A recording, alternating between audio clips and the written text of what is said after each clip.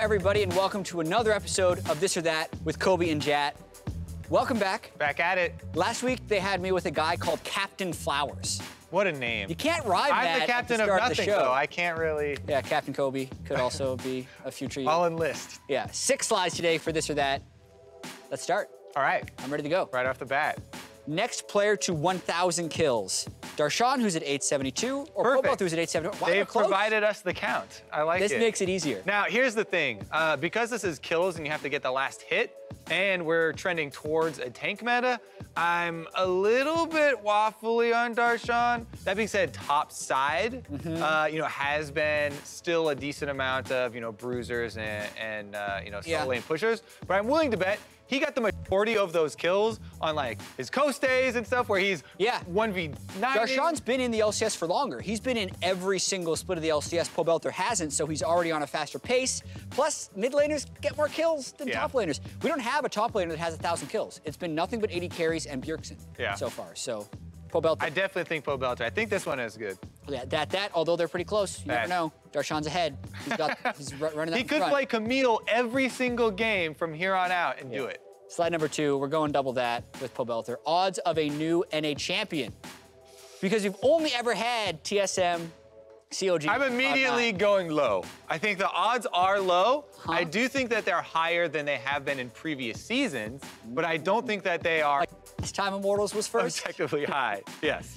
Ooh, this is tough. I mean, odds are... Get that one off there. Odds are low, higher than they have been, because Immortals, I think, would be the team to do it. I don't think the other two would do it, and it's kind of 1 against 3, so still... That's not fair. Bad odds. It's 3 to 1. So bad odds are low. That, once again. Yeah, I definitely think that. Slide number 3, almost lost count. Better tank in 714, Cho'Gath or Maokai? I like me some Maokai. Okay, go for Maokai, because I'm going to take Cho'Gath. Okay, Maokai, I think, is much more reliable, and I think generally a better flex pick. Top lane tanks are something people always like, especially being able to teleport into a fight with home guard. Maokai is going to have higher reliability. It's on 714 and 715. I know this guy's a little nerfed, but basically, that's why I'm doing Maokai, is for the reliability, and Cho'Gath requires more things to set up for his CC. Yeah, I think that part of those problems have been solved is one of the reasons Cho'Gath is so strong now, because he has extra slows in his kit. His E is one of the biggest buffs that they did give to him. Everybody's like, oh my God, you can stone plate and then one-shot people. He's like, yes, that's great. He can also apply slows with his auto attacks and the world spikes. Plus, if you go from the jungle, you can get the blue smite. So maybe you get a little bit more points for your versatility as far as transferring to the top lane. I still like Cho'Gath a lot on the top lane, but the massive amount of true damage, as well as the multiple forms of CC now, I have to go with the Cho'Gath. Yeah, I think Cho'Gath can be better, but Maokai will fit into and with any team composition, which makes him better. I do think that both of them are broken and should be nerfed, though, so we're both winners. Probably I'm gonna go with I this. know Cho'Gath is nerfed to 715. I'm going that. I've gone that for all 3. That's part of the question, is 714.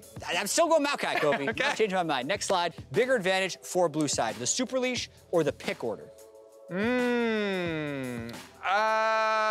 For me, I lean towards pick order. Yeah, super leash is where the guy starts Raptors while his bottom lane does red buff, and then he finishes small Raptors, goes, takes red, and then he's just super far ahead of the other jungler. Because there have been some other wrinkles developed for red side, but some of them depend on unique champions that you actually draft to try and get crazy leashes as well. And the bottom side for that side has also started doing some harder leashes. And all in all, I think that's people have become accustomed to expecting that. Yeah. Sometimes you're like, oh, okay, I'm bottom lane though, and the jungler is going to come level 3. And when you super leash, the red side can harass you or get a lead in lane. Yeah. But pick order. But the pick order, I think, is absolutely massive because people are still adjusting to the patch. And when people are still adjusting to the patch, you can take advantage even more because they don't have, full expertise on those champions like we showed that are extremely broken. Yeah, I know that blue side is favored on this current patch for a couple of different reasons, and I think most of that right now is in pick order, but I still don't really ever buy the, oh, there's a lot of OP things, so blue side is better because you want first pick. Because you get second and third pick on red side if so much stuff is OP. Get really riled up about this. Then you still get last pick. You get the last pick in the first rotation. You get the first pick in the second rotation. Red side should be so good in draft, but when there's situations where one champion is like uncounterable and then 2 and 3 are, then pick order would be better. So bigger advantage for blue side right now, I think, is super leash because depending on the meta, teams will pick red side for the pick order. I like blue side right now. Yeah, the other thing with this, though, is that that's just a small other component of the map. There are other things that in the past have also benefited blue path as far as jungle gank pass and things like dragon control and setting up for Baron. I think those are actually even bigger than the super leash. So since this is between pick order and super leash, I stick with that. This final slide. All right. I believe more terrifying, Urgot's ult or the future of American healthcare. Oh God. Have you been following the news? Yes. It is rough out there. I will admit that. But the Urgot made a very, very large impact on me. Yeah. Because I woke up this morning and I was like, all right, I'm going to get ready for the dive, go over these Urgot. We finally get to see the numbers. He was released. 25%. 25%! This is equivalent to if the average life expectancy were to be 100. As soon as you're 75, if Urgot sees you, you're dead. Like, I don't care about any of those other things. It's a very grim topic, but if this was real. Also, not only are you dead, but Azale brought up a little part on the dive that if Braum jumps in front of somebody who has previously been Urgot ultimated to try and save them, no matter what health Braum is at, he instantly dies. Yeah, that just sounds weird. Trying to save him. So I'm going to go with the Urgot ult, because I almost always go with the political stance, but literally when Urgot ults you, he terrifies people around him. So if we're being technically correct, more between a video game and real life. I don't know. This is terrifying hundreds of thousands of people. That's actually very scary, but we're a meme show, so we're gonna go with it. Yes. That'll do it with this or that. I'm glad we got some healthcare in there, and who knows if we'll be back next week. Glad we got some. Welcome back to North American LCS. Azale here has Canadian healthcare. So I do. That's true. He's got a leg up on us. Home. Cheering for Canadian healthcare. I heard that from the three of you in the audience. Teams are running up on stage for round 2 between TSM and FlyQuest. The first game was pretty fun to watch. Advantages back and forth, but Hauntzer, we thought player of the game on the Gnar, did super, super well. I think that was actually the last pick of the entire draft, so he knew his matchup was either a Jarvan or a Cho'Gath, and he absolutely blasted the game. Yeah, he really did. I think he played extremely well in the 1v1. He played very well in the team fights, and he has been performing just really, really well in general on the Gnar. I mean, he's had some highlight plays over the last couple of weeks on this champion, so it's definitely something that you have to be afraid of when someone is performing so well on this champion that can essentially be blind picked, is good in basically everything. It's scary. Yeah, it definitely is, and I think Gnar is top tier top laner right now in pro play because you're in a tank meta game where you're gonna meet his natural prey so frequently. It makes it a strong champion. Now, quickly though, while Bjergsen has proven he can be a formidable mid laner, he still believes he has a lot to learn from High. I don't really have any special need to beat High individually. I think recently, in the last couple of years, I've proven that I'm the better individual player. I just want to be able to match his shot calling and match his kind of map calls where FlyQuest are able to make some plays, some kind of chaotic plays or plays that you don't expect that net them a lot of gold advantages. So I want to try to be able to kind of anticipate High's plays, not focus on beating him in lane or anything like that.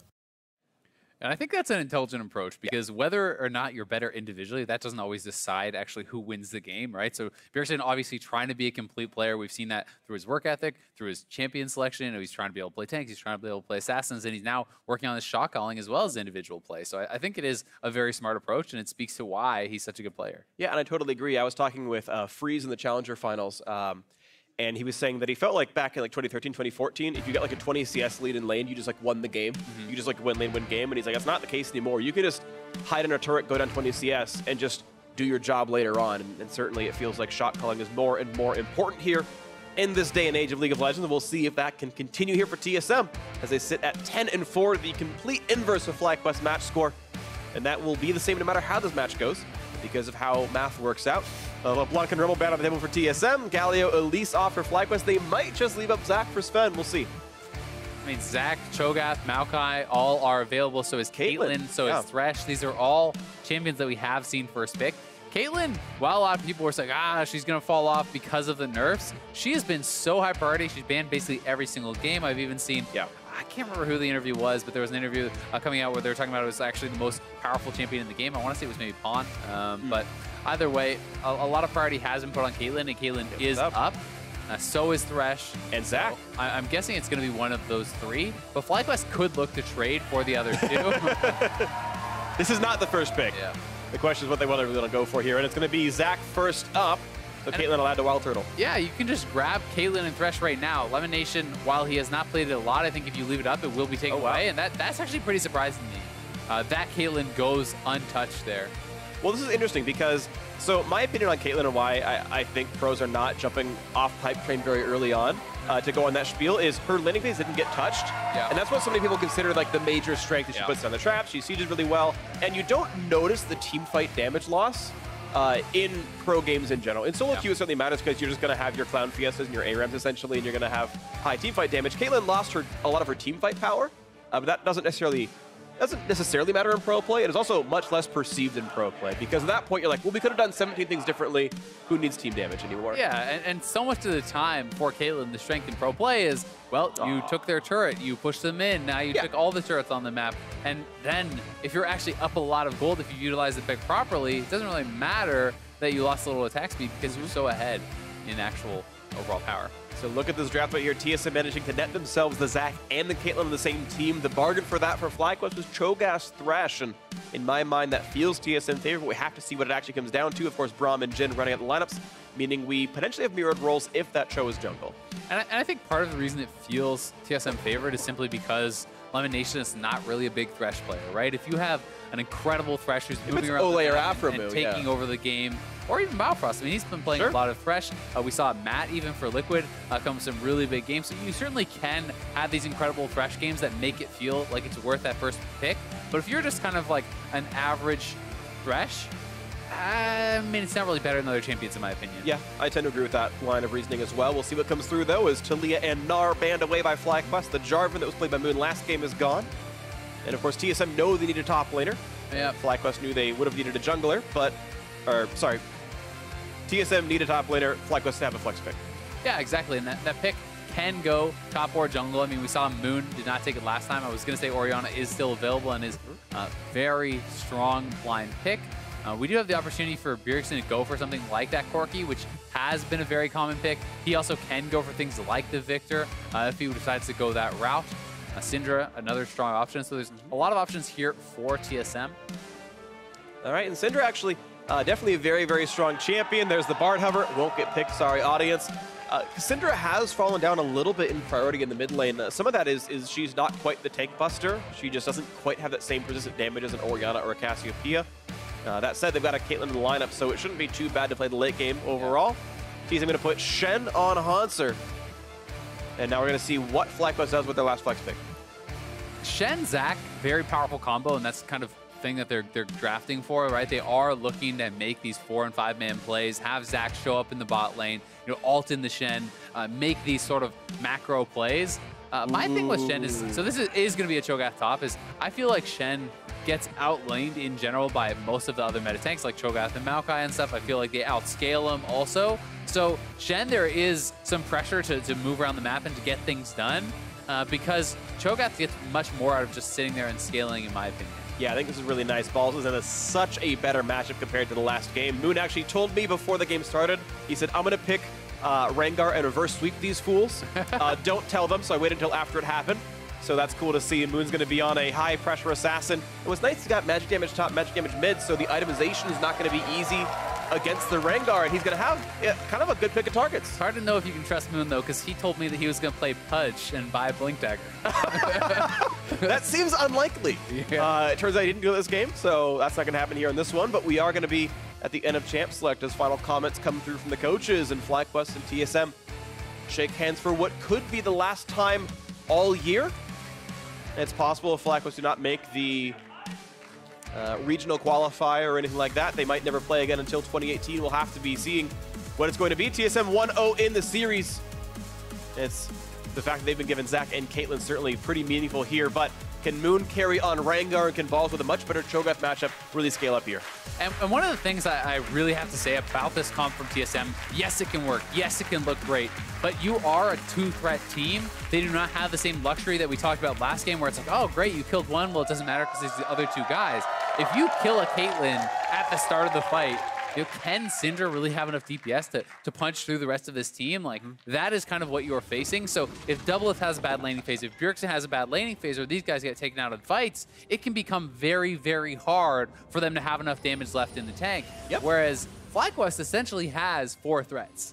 Yeah, and think about what those threats really can entail, because there's a Rengar, a Shockwave, a Jhin, like, all those champions of FlyQuest can help or just by themselves one-shot somebody. Yep. If you were alone, any one of those 5 could solo kill you, and that is definitely a threat. And it's certainly the case. That being said, if TSM does well in lanes, they're going to have a massive front line that's so hard to get through. And if you can't get to the carries, then Caitlyn is free-firing the entire fight with this massive 3-man front line and becomes untouchable, starts taking out these squishier members. So it certainly can go both ways. But I think that the early game going the way of FlyQuest would be more impactful this game than it was last game, for example, where we saw FlyQuest, make these plays on the bot side, and it didn't really end up feeling like it mattered because they were kind of getting outscaled everywhere else.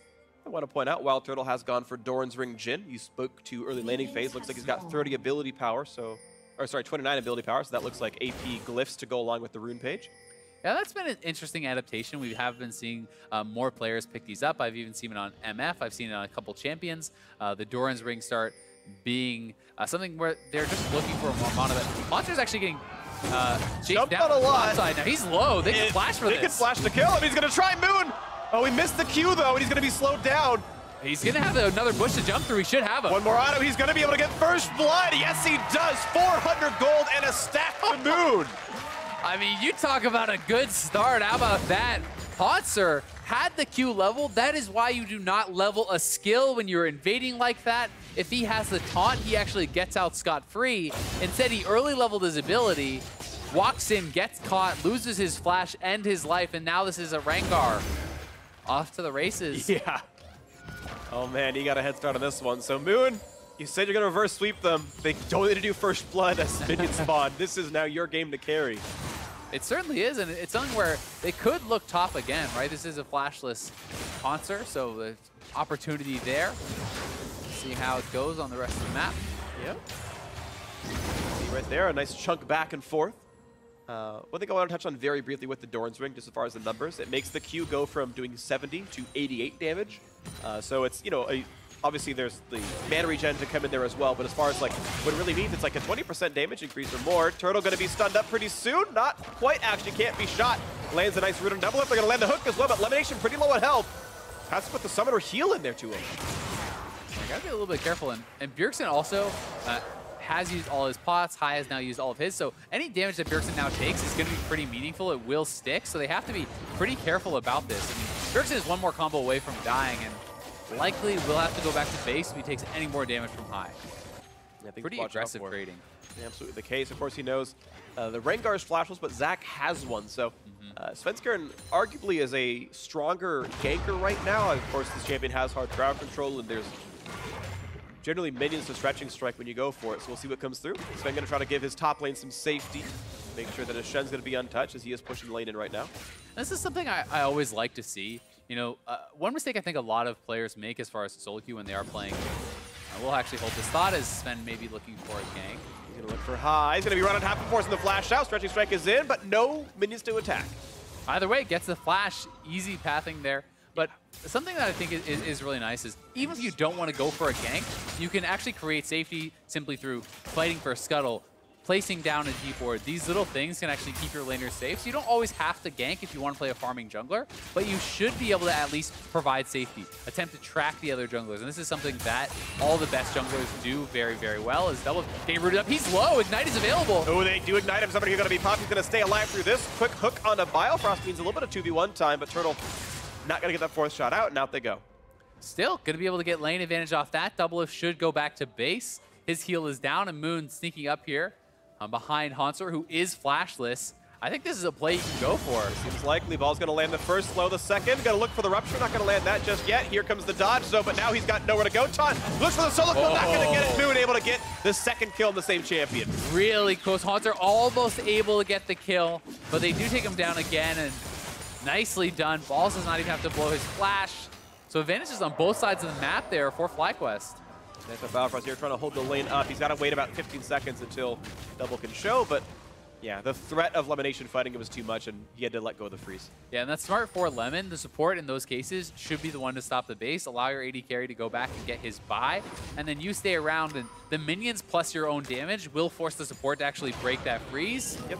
And that can end up being pretty big. Round 2, Sven's going to land a stretching strike. A little bit of damage there. Lantern's nearby, though. Stun's going to buy a bit more time, but still no kill to be had. Still highs at half. And it's a good trade. Put a little pressure on. And the thing is, Svenskeren is doing this with his clearing, right? He just cleared the full bot side of the jungle, walked past mid, put on a little bit of pressure, right back to clearing. So his ganks have been very efficient. He has not really had to wait around for them. And he's farming quite well. We know Zach is a very strong scaling champion. So despite the fact that Moon has a couple kills, Sven has at least been able to put on pressure and help to alleviate some of that. That's the case. So we'll see what comes in next on this one is gold difference right now, 900 the lead for FlyQuest. Moon, of course, still only on 1 stack, as both his kills were on the same champion. The bonus attack him from the passive, not gigantic just yet. And the actual lane itself, it's interesting, in the top side is still 34 to 34, so Hauntzer, arguably a bad matchup. Yes, he has 2 deaths, but has farmed pretty eloquently against Balls, who is going for an interesting build himself. I think Balls is rushing for a Abyssal Mask. Yeah, to help Fly do more damage. And I actually think that it's a super smart build against this team because people think of Shen as a physical damage dealer. Most of his damage, most of his actual burst, like with his Q, is magic damage from the pass-through. So you have magic damage coming from there. If Svenskeren ganks you, that's magic damage. If Bjergsen roams up, that's magic damage. So not only is he actually itemizing very efficiently against that, he's boosting his own damage and that of High. Yeah. Plus having Catalyst in lane is extremely powerful. Have that sustain to be able to kind of push out and actually trade very well. So I think it's a smart build from Balls. And while, yeah, Hauntzer is farming well, and I think Shen certainly can do that, as you get more and more stacks of the Feast, you're gaining percentage damage on your E, and the Vorpal spikes really do start to get tougher and tougher to deal with. So it's more about the scaling than it is about getting slammed in the early lane, and I think Balls has fared well because of the jungle pressure, and they're back up here once again. Oh, hello, Hauntzer. Oh, he's in, but there's no one around. He's got flash, though. Oh. He's not going to land the root, but does force the flash out. Even just the threat of Rengar was enough, clearly. Yeah, I mean, Moon actually popped his ult, didn't even use a jump there, as WildTurtle going to get jumped on. Yeah, going to have a lantern. Oh, he's oh, that trap was sick, and he can't get to the lantern. There's no way out. Doublelift gets the kill, and it was all beautiful from Biofrost. The pink ward from Biofrost gets dropped on the lantern, so he cannot click it. You saw it actually took some damage there from WildTurtle shots, and Lemon needed to be faster on the lantern, needed to go for the lantern before that hook and get him out of there. He does not, and a beautiful combo means they kill him, and now Svenskeren can look for the dive. He's gonna try, jumps forward, finds himself a LemonNation. Here's the Let's Bounce, buys a bit more time, and suddenly Bjergsen's here, and LemonNation's not even gonna bother trying to flash for it. Down he goes, Bjergsen gets the kill, a nice roam, and TSM leads in the bot lane. And now they can get some pressure onto this turret. I mean, this is a red buff on Sven, so he's gonna add some pretty nice damage, but here's the play once more. Lemon just needed to lantern him out right away. Right then. And unfortunately, he waits a little bit too long. The trap, and look at the pink ward, gets set down right on the lantern. Biofrost is stepping on it. You just can't click it. There's no way to really be able to do that. So using that ward, very, very smart from Biofrost. And yeah, first turret. TSM getting the 1,000 gold for that one. It's partially unlucky. LemonNation was during his half-second long death sentence cast animation initially, and so he's actually unable to lantern for, you know, that extra little bit of time. But certainly you're right. I mean, you wish lantern were earlier. Bit of a fight in the mid lane, Bjergsen trading with High getting the better of it. I mean, I think it's simply one of the cases where as soon as you actually see him get tagged by the Braum Q, you need to drop your lantern. Then you can look for the hook after, once there has been some distance created. But that's one of those cases where, hey, maybe a more experienced Thresh player makes a different play, and maybe that looks completely differently, right? You know, if the lantern is actually dropped before the hook, that's a nothing play. He just gets right back out, maybe takes the time to do damage, but that doesn't actually end up mattering. Instead, that little difference in play means a kill, means first turret gets taken then, and means a CS disadvantage, which is very impactful in the larger scale of things. Absolutely agree with you. It's a big deal here on this one. FlyQuest, of course, were able to answer the top lane turret. Sadly, of course, it was the second one to go down, as we mentioned, the bot lane double kill coming through. This means the gold is equal, all things said and done. And we'll see what can come next out of this one. You know, Balls and Moon kind of, it's in their court to carry, essentially. And see if that can come through. I think Cho'Gath certainly can be a big threat. But Doublelift, obviously, off to the races himself, is a very big girl on Caitlyn. Yeah, and that's the tough part, right? Because we talked about the two-threat team, but both of them are now doing well. You know, FlyQuest bot lane had actually been laning favorably. You know, pushed Doublelift back, made him have a worse first buy, all these things. But when you give the first turret gold over to him, when he gets that kill off the play, he's actually in a really good spot. Plus, Bjergsen got a kill off of Braum. Those are the two key members for TSM. It's okay for Hauntzer to be behind because he's playing Shen. He just essentially, you know, needs to kind of fulfill that role of ultimating, being an extra body. It's really about the carries, I think, here. And TSM hasn't done well. They're going to get a pretty early Ocean Drake as well. And this one, 10.5 minutes in, Ocean Drake is in. And if they do find themselves in the winning phase, the health and man regen certainly going to be nice to have. They continue to stack up their neutral objectives. Moon right now is the gold leader of the team and the game at 4-200. We'll see if, again, he can push that advantage forward. He had to stop for early Mercury treads, though, because, again, of all the threat of the 4, actually even 5 if you count Caitlyn, hard CC champion to the opposing team. Slows down his damage a bit, though, by doing so.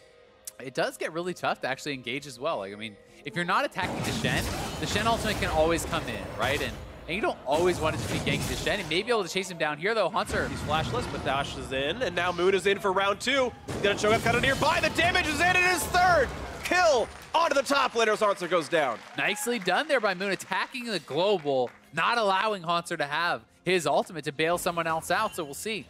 Is that enough of a way in?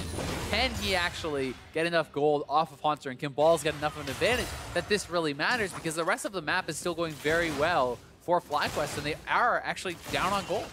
Well, dead even now. Yeah, dead even, but you're right. It's still minus 10 CS in the mid lane, though, as Bjergsen has said. He's kind of shown he's been, generally speaking, the better player this one. And a TP cancel out of a Hauntzer, and Balls going to do the same. Means there's just alone time in that bot lane. The question is, can Balls defend top lane? Probably not, but it should be a trade of turrets at worst. And I mean, if it's just the two members and you know for sure it is, then I think you can defend it pretty aggressively. But the fact that Svenskeren could be up there and actually was means he has to back off, because then a dive is so easy to pull off. And Bjergsen had freedom too. You can see High's under turret, and Bjergsen actually cheated to that top jungle. He's taking Raptors away right now, so certainly understandable there. FlyQuest faster on the play, though. They actually do take down this turret, so we'll see if they can actually look to pressure 2. The trait for TSM in that case would be the Rift Herald. But I mean, FlyQuest is on the second turret already before the first one goes down. Not sure if they'll have enough damage, but I mean, 4 men coming down, and Hauntzer. He does have flash up, but it's going to be a red steal. Nothing else. Moon walks back down to this one. Quick Herald pickup will mean at least half the turret somewhere on the map.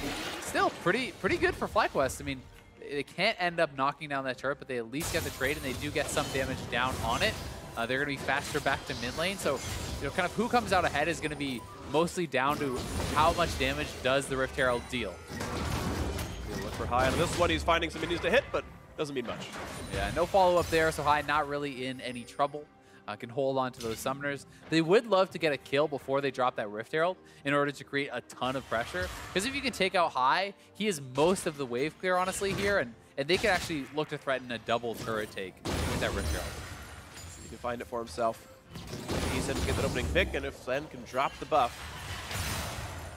Quick look at the mid lane, they go back and forth here on this, and now that both the side lanes outer turrets are gone, the shot calling becomes a bit different. The map's been opened up. Mid lane outer, of course, always the hardest of those 3 to kill. And TSM have the front foot on that with Bjergsen winning the lane early and them having that Rift Herald. See if they can break the line. TSM waiting in the wings. They're going to find FlyQuest. Here comes a jump on in. A flash out for Hauntzer. Here comes Shen as well. Let's bounce brings him back in. And Biofrost doesn't find quite much to do, but look at the damage up with there. The bounces are in. They're going to find a 1. LemonNation's gone already. Now Ball's supposed to kite back. He found some reps for a shockwave. They get a trade kill, and 2 picked up as a solo kill came through as Moon was able to take down Doublelift to the backside. Looking for more as Jhin reopens. Now stunned by some time though, and Hauntzer, he's going to get out of range. 2 for 1 though, advantage FlyQuest. Nice shockwave there from FlyQuest. It was a good engage though from TSM. You see the CC combo being shown off. Zac goes in, ultimated by the Shen, and then the ultimate of Zac gets followed up by a taunt. So there's a lot of CC to lair there. But Caitlyn was actually not with the team, and if Doublelift is not there, they don't really have the damage to actually take people down. Turtle with a really nice reactive flash to get out of that. So it was essentially just kind of frontliners that got pulled in, and then as they pull back, you can see Moon killing Doublelift on the right side. Really nice shockwave. Allows them to kind of trade and grab a couple kills. Really nice stuff right there. And now, we can see another attempt by Sven. Heads up, places the Raptors, pulls elimination for a few more seconds, but again, there's no follow-up. Doesn't mean too much here. As we track Moon, we know he's going towards his next lethality item. He's got a second Bone Tooth Necklace stack because he finally killed someone else on the map. Slowly as he grows up onto this. Was not part of any assists on the other kills, though. Yeah, it's really those later stacks that mean so much. I mean, yeah, your first kill gives you 1% bonus AD. Your second gives you 2%. Your third is 4. Then it's 6. Then it's 7. Like, it's... Yeah. The increases go up so much. So if you can actually get to that 4th and 5th stack, that's where you really start to get super powerful. Right. But because he has a lot of kills, you would expect him to have more stacks. 3 of them are on Shen. Yeah, and then of course those don't repeat right there. And to clarify what you were saying, that's the additive increase, percentage damage over the previous stack. So, you know, 1 to 3 to 7 is +2, +3, etc. So, either way, yes. Again, it means more as time goes on. TSM wanted to siege top lane. They got the Rift Herald. It's going to be a gigantic chunk as well. And now the wave crew is going to be tested here by FlyQuest as Doublelift is getting a lot of free time. Oh, nice play by his timeout from Sven. Still going to pull elimination for a few more seconds, but yes, top lane tier 2 will fall. Well played to the Rift Herald summon. And I mean, unless Orianna is there, they really don't have the wave clear to actually aggressively contest those sorts of pushes. So they do cash in on the Rift Herald. They get a turret. More gold taken off the map here for TSM. And they are up 1 turret, so we'll see. I mean, we're kind of waiting really to find out how much can Moon get done, because that's where a lot of the gold is actually concentrated for FlyQuest. He's the guy with the most gold on the team. He has the biggest advantage over his opponent. And he does have some early lethality, probably working toward that Duskblade. And then he really needs to keep snowballing, because if he can't, it's going to be tough for FlyQuest. They're going to find themselves Shen once again. Hauntzer does have Flash, TP, and the ultimate up, but he is alone right now. I mean, the question is this even worth it? You're sending 4 members. TSM is just going for the mid lane turret, right?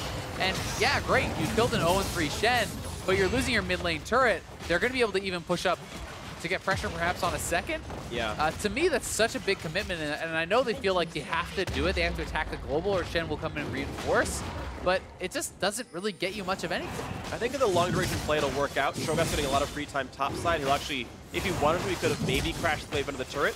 They'll get this Cloud Drake as well, which is, I think, a decent constellation prize. And I think at the end of the day, Drake plus kill is probably a bit better than a turret, but you're right, it's not gigantic. TSM getting mid-outer, clearly very valuable. Yeah, and you have to take into consideration, you know, everything else that's going on in the map. The minions they lost to the mid lane turret. The mid lane turret unlocks a lot of jungle focus and kind of the vision control, I think, around the mid lane too. So it's like, plus they're utilizing their ultimates. But either way, it's not too bad. It would have been a lot better if they could have actually shoved up those waves on both sides and denied the farm. Yeah. But they're kind of scared to do that because TSM could have been rotating from the mid lane. So Hauntzer just ends up being able to kind of collect the wave that was pushed up by Pulse. Right, because Hauntzer's respawning in 4 seconds. He can ult right back into the team fight. For most intents and purposes, TSM have 5 members ready to go in a team fight. The respawn wasn't going to be very long, so yeah, FlyQuest played it safe. And they're in fact still down gold right now. TSM up 2 turrets. Not again. And Hauntzer going to flash over the wall and go, all right.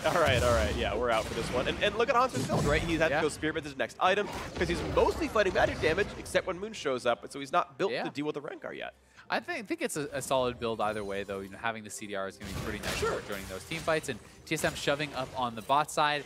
Moon is huge, though. I mean, he's already on 2 items, has the Duskblade, is 5-0. He's having a great game, but he needs to be able to turn this into kills on Doublelift, on Bjergsen, or it will not matter at all in the later team fights. And that's really where the pressure is on, because as long as TSM keeps farming, keeps their carries alive, they can keep sacrificing Hauntzer. It doesn't really matter. Yep. And in an actual team fight, how do you get through Shen, Zac, Syndra, CC, and Braum? Yeah, that's the question. If Double's positioned well, he's not getting caught out by Moon in a 5-on-5. Exactly, and Hauntzer can just look to be the 1-4. Like, as long as he is drawing pressure, later in the game, you know, the question is, if Hauntzer goes down, can FlyQuest actually force for something, right? Because that's when it becomes more impactful as the spawn timers become longer. If Hauntzer's down for 30, 40 seconds, hey, maybe you're losing a Baron off that. Maybe that matters. But in the earlier stages of the game, has not been a big deal. Either way, keeping it close. Yeah, absolutely. Speaking of keeping it close, the fact that the turrets have gone down, Hauntzer himself is only down 700-ish gold under balls. That's not gigantic. That's not a huge deal. And that's despite a farm lead, despite a bunch of assists and everything else. Yeah, but he's got turret money, so he's not too bad in this one. Yep.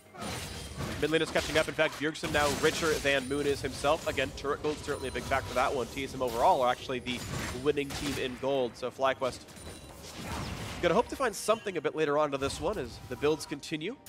And FlyQuest certainly does have an explosive team fight, right? If you can pull off a shockwave combo with that Rengar, maybe you can actually make a big play. But they're looking for the engage on High, and High has no flash now. On the High, he's gonna get jumped on. The taunt is there as well. Finds he's not gonna get shockwave, just barely in time, but he's still gonna get chased in, and Sven getting the kill for himself. So now the 5-on-4 continues, looking for snipes into Bjergsen, and Turtle's not gonna land these shots just yet. Looking to kill his ex-teammate. Another's gonna land now, gonna hit Biofrost with double for a little bit here, and after the flash they find a bit. Can they find double? They can't just yet. Biofrost does get picked up, but 2 back in for TSM. And look at that one, the Let's Bounce, not quite gonna find the targets. The flash is get him to safety, but still fight 1.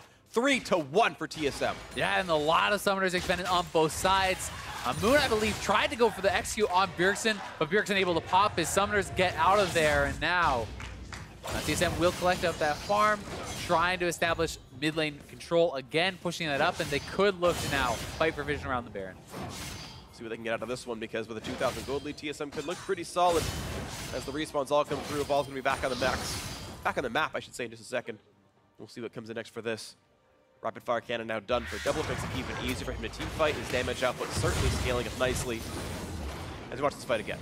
Yeah, so the engage comes in on to High. Moon is looking to join with the ultimate, popping that and trying to run in from pretty far away. And he looks for Bjergsen, who is separated, but Bjergsen has both of the summoners, barely able to get away. That Q that was actually casting, Max Frosty, would have killed Bjergsen off. So had he been slower on that flash, he would have gone down. But with Bjergsen surviving, watch Moon. This is the strongest member on FlyQuest. What can he actually get done in this fight? He's not really able to find a way in. I mean, the front line is dead by the time he actually gets to the bush. Then it's just full retreat. And when all your gold is on a champion who has trouble actually entering and participating in the fights, that spells trouble for you in the team fights. Yep, totally agree on that one. Bjergsen able to get damage out in the end of it all, and 2,000 gold lead puts TSM in a solid position here. Mountain Drake spawning 1.5. Baron obviously available for the taking if they can control it. As items continue to come in now, Hauntzer getting himself some armor, going towards Randuin's or maybe even a Thornmail. Another thing you always have to remember on a team that has a lot of tanks like TSM, the cost of starting up the Baron is relatively low because you have people who can actually tank it up very, very easily. So as you get a couple more minutes into the game, as the armor starts to be picked up, you know, on Svenskeren and on this Shen, they can threaten the Baron pretty easily if they want to try to bait FlyQuest in, but we'll see if they elect to go for a play like that. See if they can try for this one. FlyQuest right now grouped up the mid lane right here, looking for the wave clear is Sven. Gonna pop the Banshee fell out of High. Not too much found otherwise. You guys back and forth. Turret damage was dealt, but no major gains. They're gonna rotate back towards what looks like Baron. Yeah, and it's about mid lane control. Mid lane control gets you access to the Baron, gets you the ability to throw down some of this vision to take down the Scuttle, so they can look to, at the very least, deny that sort of play from TSM. But now TSM responds, shoving up mid, and FlyQuest will have to return and try to fight over this. The untold story now, though, is no one is answering Hauntzer just yet. Balls has no TP, Hauntzer has his ultimate, so he can join a fight. Balls cannot. If someone goes to the bot lane, Hauntzer can simply ult to the team, and FlyQuest can start, TSM can start a fight. Yeah. So that's really the tough part right now for FlyQuest. They need to either force something or just give up that advantage on the bot side. And speaking of TSM being able to start a fight, they're very good at starting fights. They can siege with the Caitlyn. They've got Flash Braum. They've got Zac. They've got all these tools. The Syndra in a similar situation. So it's not like it's a a Rumble Sona team where it's like going to require Flash Crescendo. There's actually reliable tools here. Drake can be picked up pretty easily by Doublelift and Co. TSM going to grab that with no problem. This is actually so smart too. I really like the wave manipulation from Hauntzer. So instead of just hard crashing that wave in, if he's going to go back to base, he allows the slow push, so he has more time where that wave is actually pressuring, because it's going to build up and it will eventually push into that turret. This gives him time to actually buy, go back down, and still kind of utilize that pressure. Instead of just hard shoving it out and having it bounce back to you, he creates more map pressure this way, still picks up the dragon, so I think it's pretty smart stuff. Definitely agree. Smart is one of the terms you can typically use to describe TSM players. They've been #1 or at worst #2 for so long for a reason. So now Turtle shows bot side. Will TSM actually force a play? Because this is their opportunity. They need to look now, and there they go.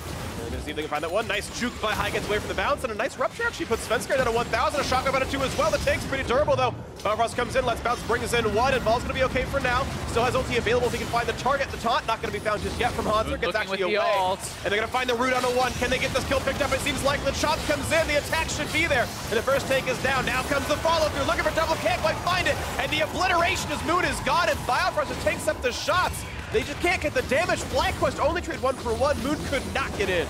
Couldn't get in, but some low health bars on TSM. Will they re-engage? Oh, they almost get high, but the Lantern was there. The root is in, but it's going to be the passive only. The re-engage is there for Biofrost. Bjergsen gets the kill into high, and they cannot kill up the Bloblet. So, yes, the Zac is going to be just fine. Elimination force to flash the wall. Biofrost looks for the Q. The stun's going to land.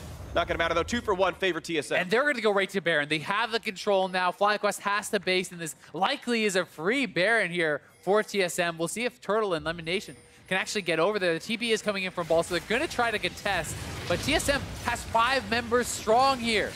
Yep, Hauntzer's back in the fight here. They go for it. LemonNation incredibly injured. Ball's at least is tanky, but there's no feast available. TSM likely know this, and the damage output is there. The Caitlyn trap in. The burst damage really, really high. Smite range is there and going to be nicely picked up there by Sven. Oh, the double engage is in. Yeah, so missed the stretching strike, though. They will maybe get balls, but able to flash the wall. However, round 2 is going to be here. That's an easy shot. There's the bounce, and yes, the kill comes through to Sven. 9-8 TSM plus the Baron. Really extended fight there for TSM, but they do come up so ahead with the Baron on 5 members. And here it is again. TSM looking to force with WildTurtle showing up on the bottom, but Svenskeren not able to actually hit the elastic slingshot or the stretching strikes. Then their tanks are getting chunked out. They're getting pulled in. It looks like it may be a fight that FlyQuest can win.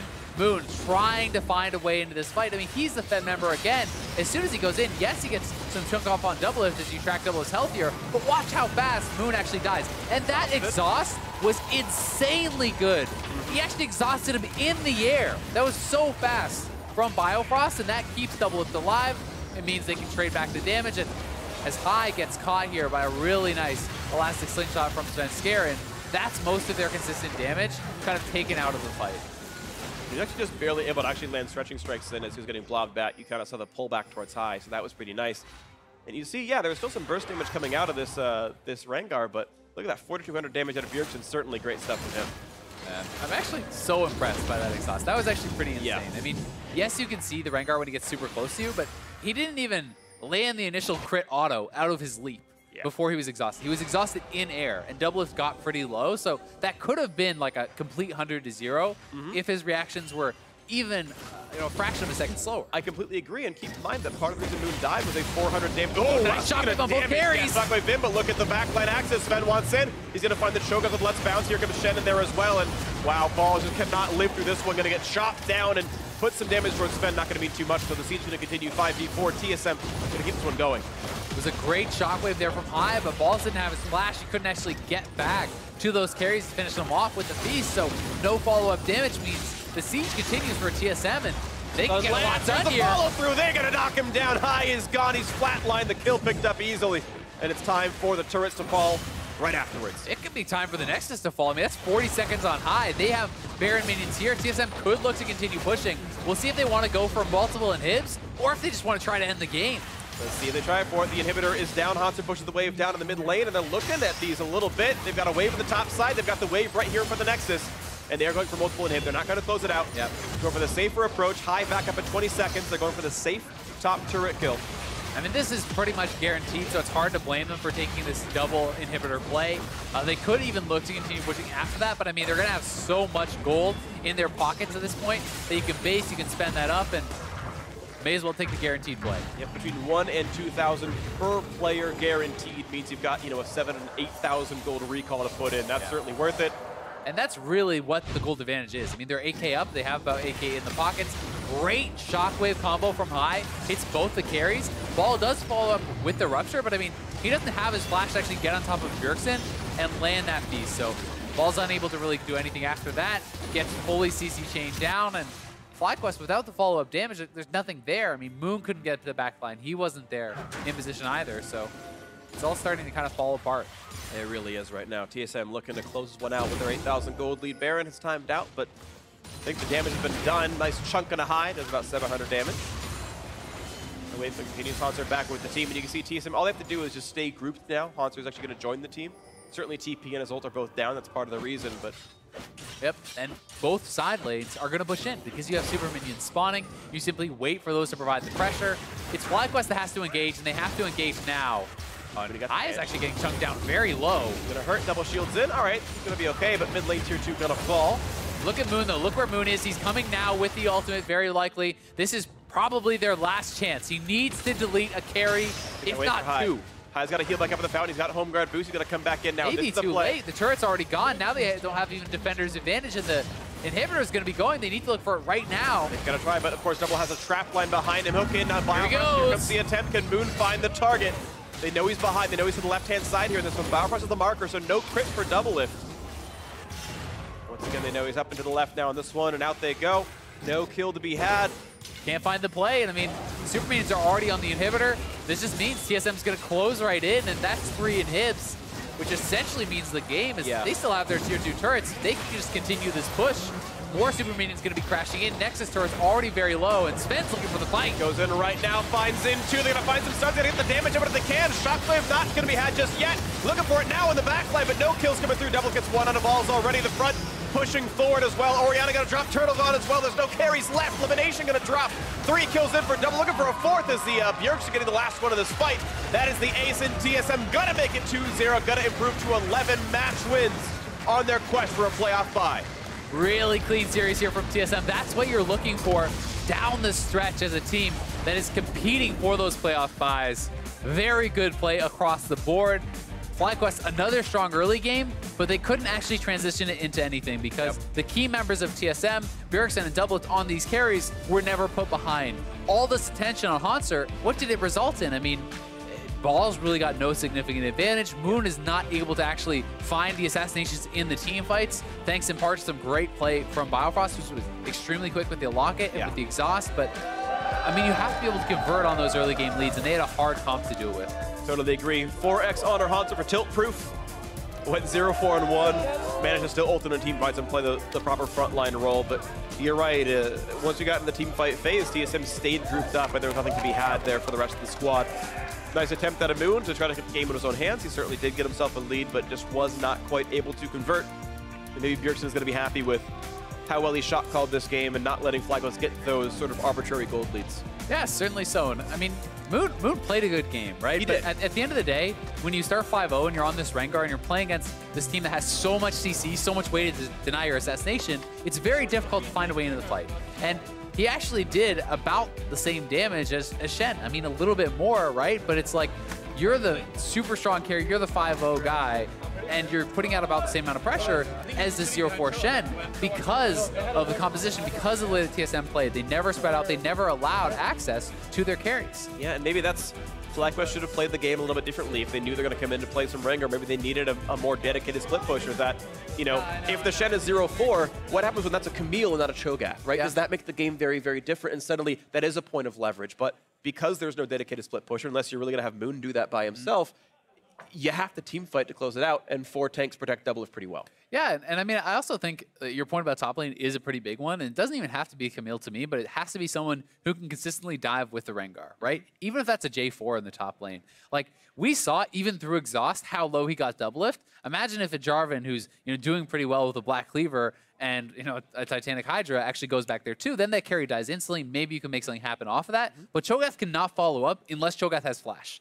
So, like, that is part of the problem. They draft this champion, which, yes, sometimes you can delete the backline, but most of the time you're stuck hitting frontline, which is why he has percentage damage on the Vorkal spikes and does true damage with his ultimate, but, like, they're not a frontline killing team. Yeah. Jhin does not really kill frontline well. Rengar does not kill frontline well. So you need a dive buddy, someone who can go back with Moon to make the team fights work. Otherwise, your Rengar ends up doing nothing. Yeah, that's what it ended up being there. Unfortunate for them, but still a great win for TSM 2-0. So now for more on that win, let's check in with Pacey Chime and the TSM Jungler. Thank you very much. I'm here with Svenskeren after a very clean-looking 2-0 there as TSM take down FlyQuest. I have to ask you, as far as kind of jungle matchup goes here, Moon, very aggressive play, especially playing champions like Rengar in that second game. What do you think of Moon's style, and how do you think your style matches up against him? Yeah, it's definitely pretty fun going up against Moon because he always goes for like aggressive level 2 ganks, or he always looks to just snowball his team. So you have to be like on your toes playing against him because, yeah, he's just very aggressive. So it's pretty fun, yeah. My matchup against him, not sure, I guess I just play with my team, so my team can just carry, and if he doesn't get too snowballed, then sure, we just win by scaling. Seemed to make sense, and the metagame has certainly shifted back towards those tanks. You did play Maokai and Zac in back-to-back games here in this series. Do you like the tank meta shift? Obviously, you are known for your more aggressive, high-tempo junglers, but being flexible is important. Do you like playing these tanks? Do you prefer the other champions, or are you just happy to play what's good? Yeah, I honestly don't really care as long as we win and my team is doing well, so I don't really care what the meta is as long as, yeah, my team can do well. If you don't mind me asking, what do you think actually the strongest jungler is? Because I think the opinions are pretty divisive on, should you still be playing high tempo or should you be playing these tanks? In your opinion, kind of what's the top 2 junglers at the moment? I mean, I think Maokai and Zac obviously are the strongest, but in competitive for sure, because you can, your laners can just typically deal more damage than the jungle can right now. So in solo queue, you can still play like Graves and Nidalee and do well, but I think it's a lot harder in pre-made because just how the game goes and you don't get as much gold, so it's hard to carry from the jungle. So yeah, just if you can build Sidle Hook, then you're going to do well. Seems like it. My final question for you, though, is obviously TSM kind of looking to keep form good, and you would like to pick up wins the rest of the season. You play Envy tomorrow, and Lyra is another very tough jungler. What do you think of your matchup there?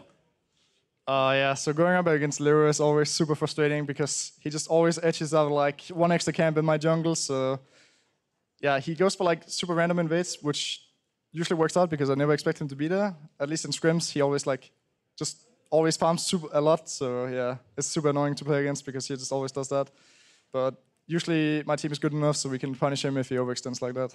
Well, thank you very much. Best of luck tomorrow and congratulations on the day. We are going to throw it back to the caster desk though to wrap up the series. Thank you very much for your time. Great interview on the day, and good luck casting in about 20 minutes here. I'm sure it's going to be a great cast on the day, too. Virtually guaranteed it's going to be a great cast. So, of course, it was a fun one. TSM did win 2-0. We're going to recap that second game.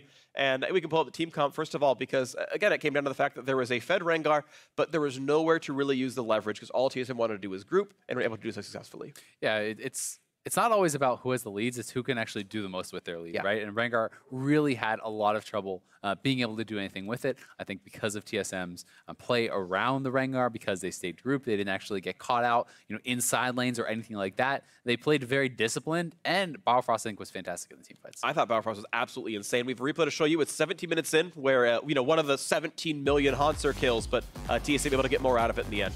And this is just one of those plays where they were putting a ton of focus on Hauntzer.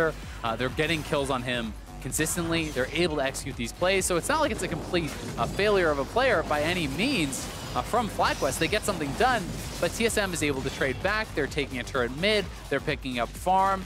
FlyQuest is never able to kind of go the extra mile with those kills and knock down more turrets or get the kill and the Baron or get the kill and the Rift Herald. And that's really, I think, what kept TSM in the early game both times is being able to play well around lanes, around the objectives, and not kind of giving up too much. Yeah, I thought very good play out of TSM overall, and they are still looking very solid heading into the postseason. With this loss, FlyQuest are eliminated from any potential playoff positions. It also means that now only Echo Fox has a chance of making it into that top 6. And if they ever lose, then Envy and Dignitas and Cloud9 are all safe no matter what. So there's only one possible team that could ever upset the top 6 in playoff standings. And even that would require, again, a 4-0 and 0-4. Just to keep that picture up to date. I think it's very rare we've had this cut and dry standings relatively early in the split. Definitely, but I mean, they are still fighting to avoid relegation, trying to get 7th, 8th. Those spots are actually very important to just not go into the promo relegation tournament, which is extremely stressful. Of course. And does have quite a bit on the line. Yeah, and they're, of course, facing Phoenix One and Echo Fox and all those guys for it. Want to give shout outs to player of the game who we gave it to, Biofrost, on the Braum. I thought he made a lot of really insane plays. The kill on the bot lane with the ward over the lantern to get the kill on WildTurtle. I mean, so many good things out of him.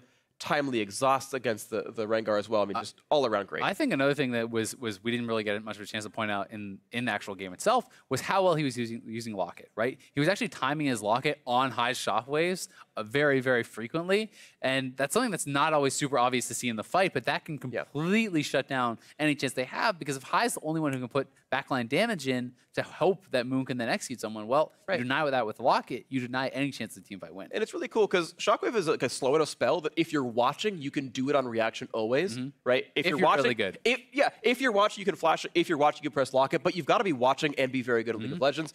And Locket's shield decays over time. So like the better your timing is, the better it is. He gets the full value out of it. Great stuff out of Biofrost. Truly props to him. He's a great support player. B tier, maybe higher. Who knows? We've got more action coming your way, though, so stay tuned. Up next, Team Dignitas hit the Rift when they have to take down Immortals. Don't go anywhere. Phaser Time's going to be there for you.